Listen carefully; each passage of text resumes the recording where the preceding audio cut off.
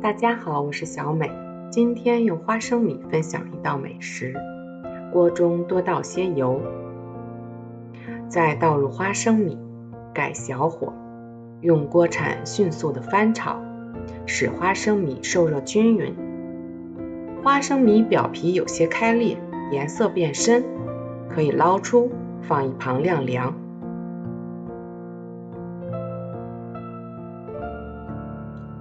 准备半根黄瓜，先切成小条，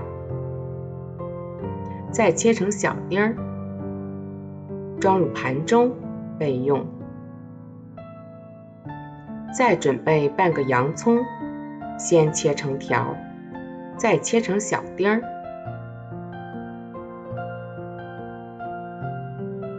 装入盘中备用。再调一个料汁，碗中倒入5勺陈醋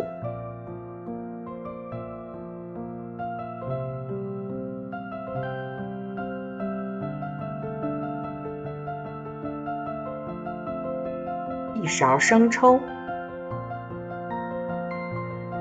，1小勺盐，1勺白糖，搅拌均匀。再将料汁倒入锅中，用锅铲搅动至料汁起泡，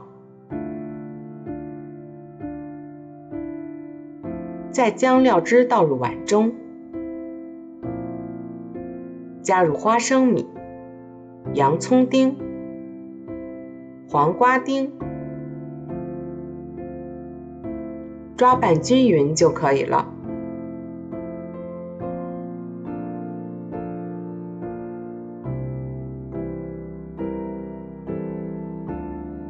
装盘后再放些葱丝和红椒丝，装饰一下就可以了。